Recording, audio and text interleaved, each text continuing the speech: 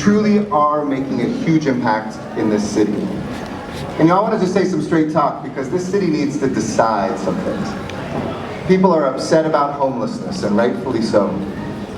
And then they get upset about things being done about homelessness in their neighborhoods. And we have to make a decision what we want to be upset about, because we can't be upset about both.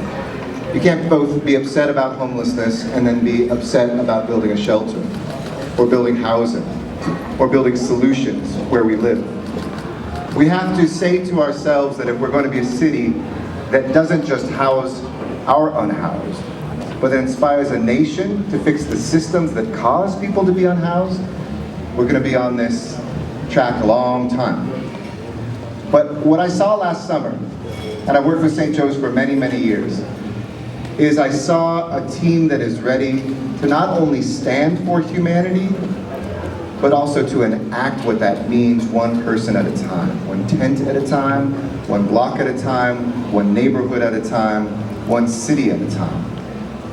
You know, my grandfather, who was a dreamer before they had that term, his father was killed in Mexico in the revolution, and he was carried by my bisabuela, my great-grandmother, over the border and came here and never graduated junior high school. And he was arrested by an LAPD officer who then went on to be mayor, Tom Bradley, who gave him a second chance, true story.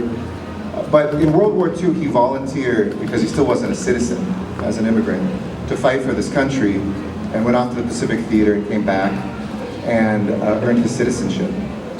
And I remember him talking about the war, and he said that, Eric, I wish that war never happened, and I saw things I wish I could unsee, and I hope war never happens again. But I gotta tell you, the brothers that I was alongside with, the men that I fought alongside with, were the finest people I've ever known in my life.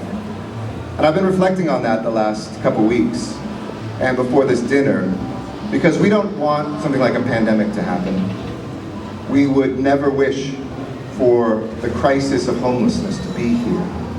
But I have to say that working alongside you has been one of the finest honors of my life. You are the sister and the band of brothers and sisters that I will remember my entire life when we defeat homelessness, as being those folks in the trenches that had the courage to run to this fire instead of away from it.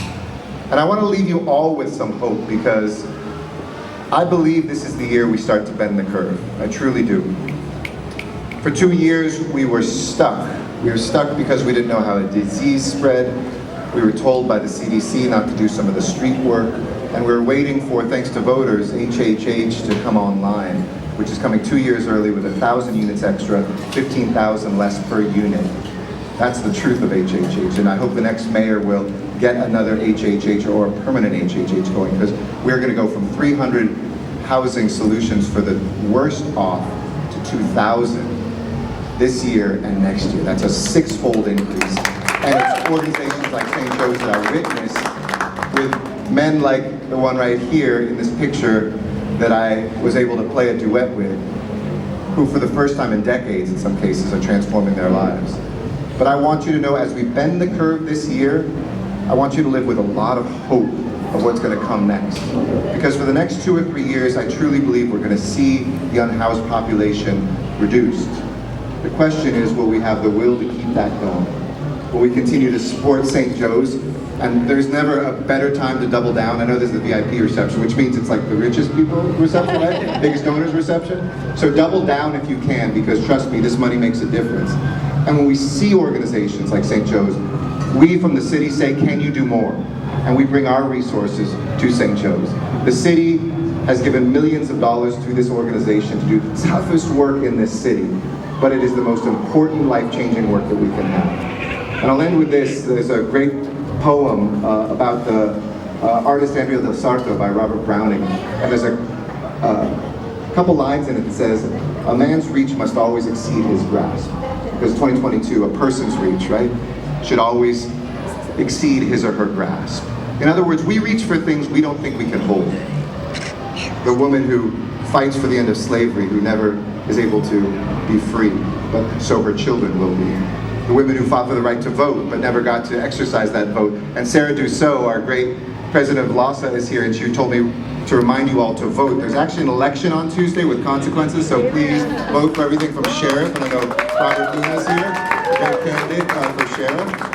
I can't tell you who to vote for, but I can tell you you should vote in general.